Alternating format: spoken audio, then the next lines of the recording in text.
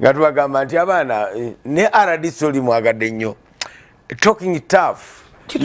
nobakuba okute nobakuba onyweza nobakuba ogalira tugamba nti ekyo tubeera nga Martin Ebyao mu United States of America tukubuzizaako nyo tugamba nti weekend yino eyingiddewo tukwagaza birungi byerere Julie mu America ne tukubuzizaako nnyo mu Nasalt Media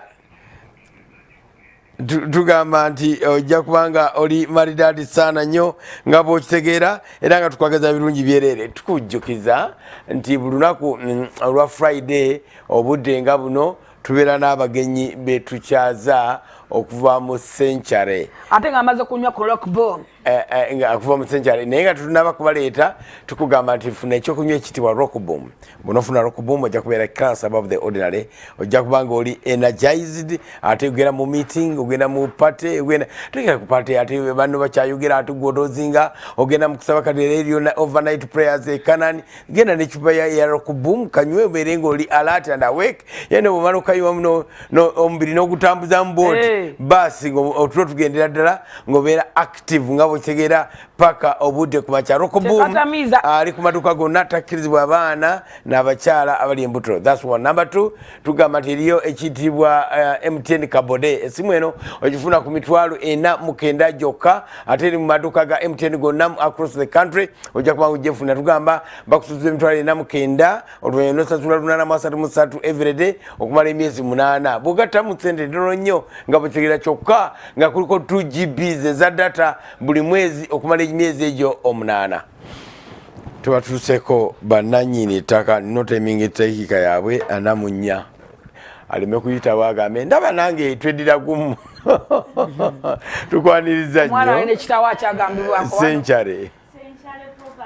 yo estate Uganda Limited boka tutegeka ebibuga by'abamufuna mpola tutegekera abantu ba wansi abantu abatalina ssuubi nti bwendi ekyemisana ate ekyeggulo naalya twagala ate mubeere mu bulamu obulungi kubanga Century yajja ng'egamba nti bwe tugenda mu katale ne tugulayo eminwe gy'amatooke omulala n'agulayo enkota omulala n'agula ekiwagu naye ffenna tuba tulidde luli abantu badde balowooza nti bw'oba olina oggula ettaka olina ggula eka olina ggula 50 by 100 naye ate ng'essente teziriiwo kubanga gye tukoma ate okweyongera ettaka lyeyongera kulinnya naye ng'ate sayizi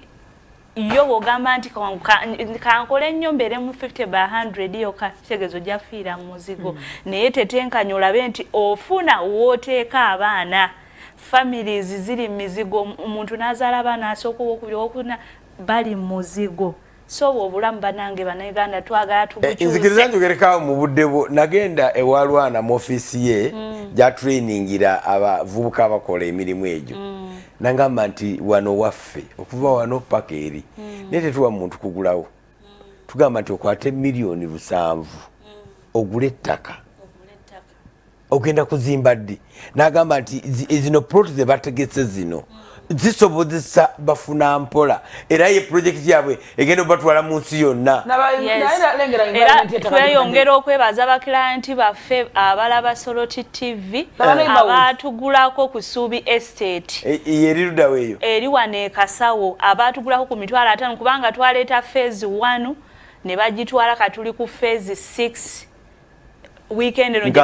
nga bagigula banange banayigana mwebale kugula ttaka ku mitwalo 5 kyekyo ekibuga ky'e Kasawo kirimu buli kimu ku mitwalo 5 mwaguze ettaka ekirala kyembakubiriza mukomewo mu weekend days mu demarketing ntegeeza okugula ekintu kyo kubanga basooka ne bagenda ne balambula ne bajja mu office ne bagula ettaka ne badde waka kati tojja ku weekend kubanga weekend ate waliwo abagenda okugula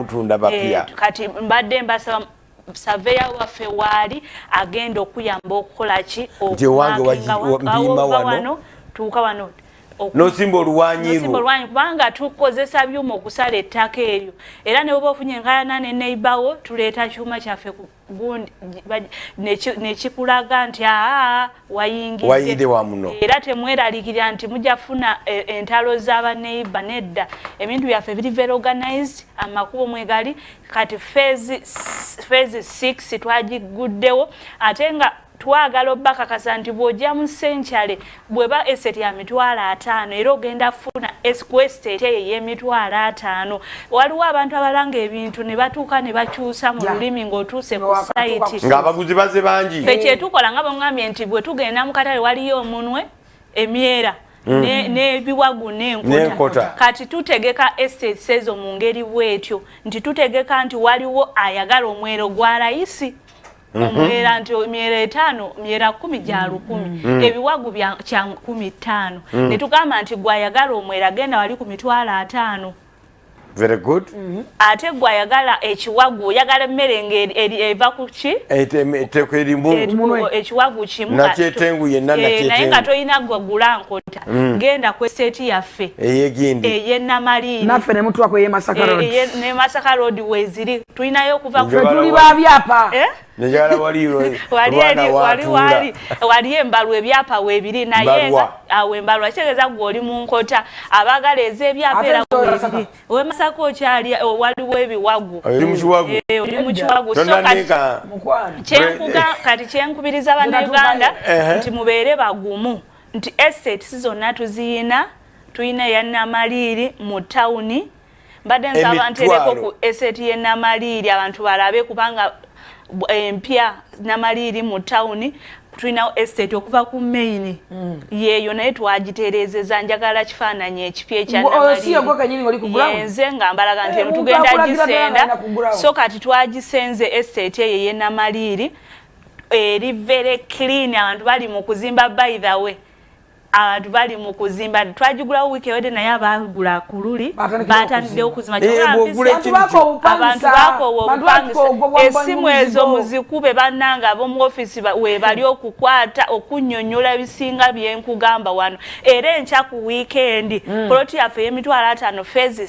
phase 6 suubi kubanga tuliwo okuzzaamu suubi bantu wala ne Yesu Kristo yajja kuzzaamu suubi bantu be ne Century yo eri wano okuzzaamu abantu abaweddemu amaanyi abaweddemu essuubi nti bannange nze ndivaako omuzigo bannange omuzigo gufuukira ekizibu baane Land Road yennyini abeeranga mukamaawo ne bw'obeera musajja tobeera mwami kimala kubanga Land Road yabeeranga yakuba ewakaawo oyo omusajja yatuuse okumutta baali bapangisa ng'abaana be tebabitasobola kubasuuza wapangisa n'abawaako ku Land Road amuyambeko so kati okwewala embeera ezo zonna tulina estate okuva ku mitwalo 5 gwe kuba essimu ezo twewonye olunabe lw'obupangisa naawe yazimba edda oyinza okuba ng'oli ku fuuti 5 ku 10 ku 10 ekyo tekimala tenebazza ku Century kiri kimu bwe mwogera mitwalo 5 giba 5 emitwalo 5 tuyine epoloti 3 genda ogula obupoloti buna butaano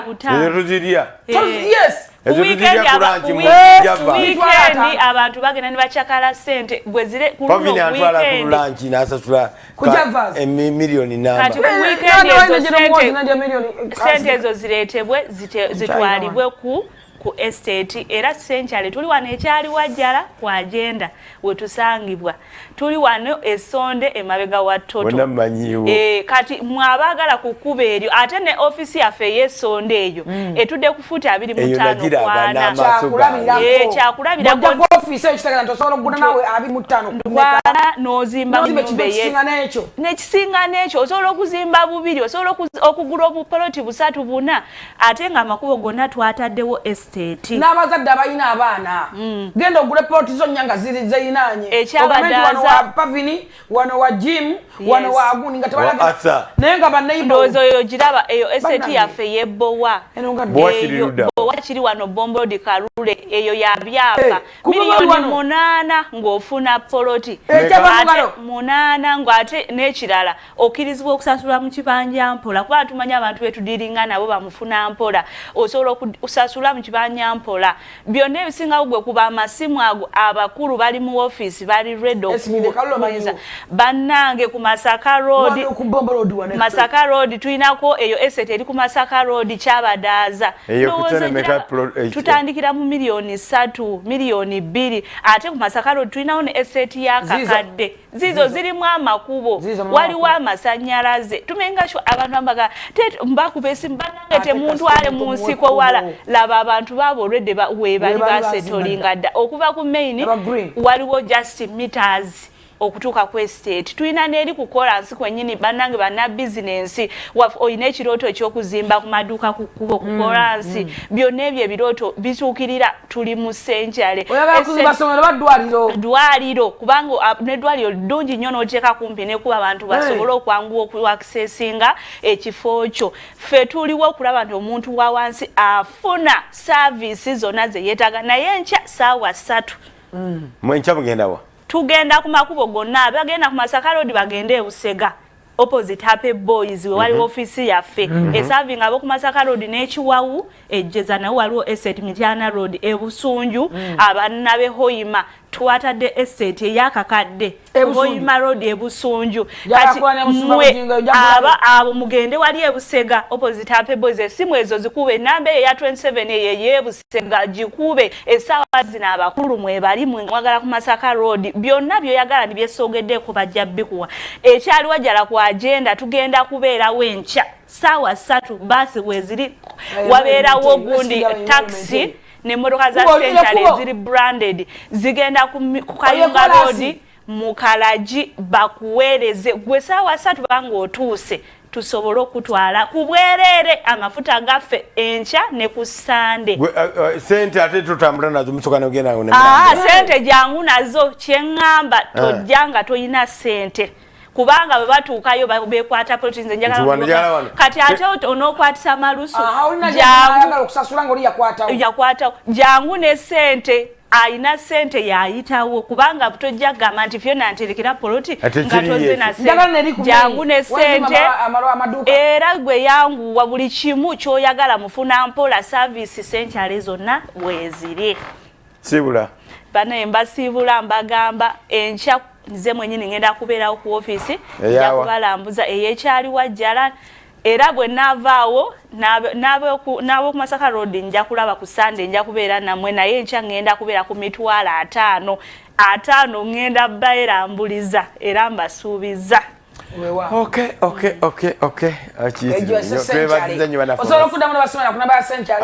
esimu eri 0700 mukaaga 5 ng'oli butwala naffe anti obudde bwawedeko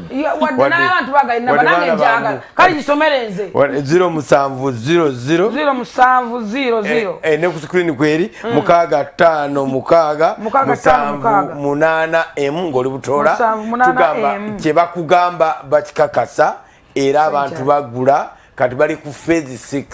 gwera okyalinda bavuzimba cities z'abamufuna mpola Apollo nandibadde muyita ne n'abafuna ennyo n'abagagawanya ettaka lyabwe tumulengeraayo twagala otuteekereko otukanyugireyo Ssekaweweza Bwongo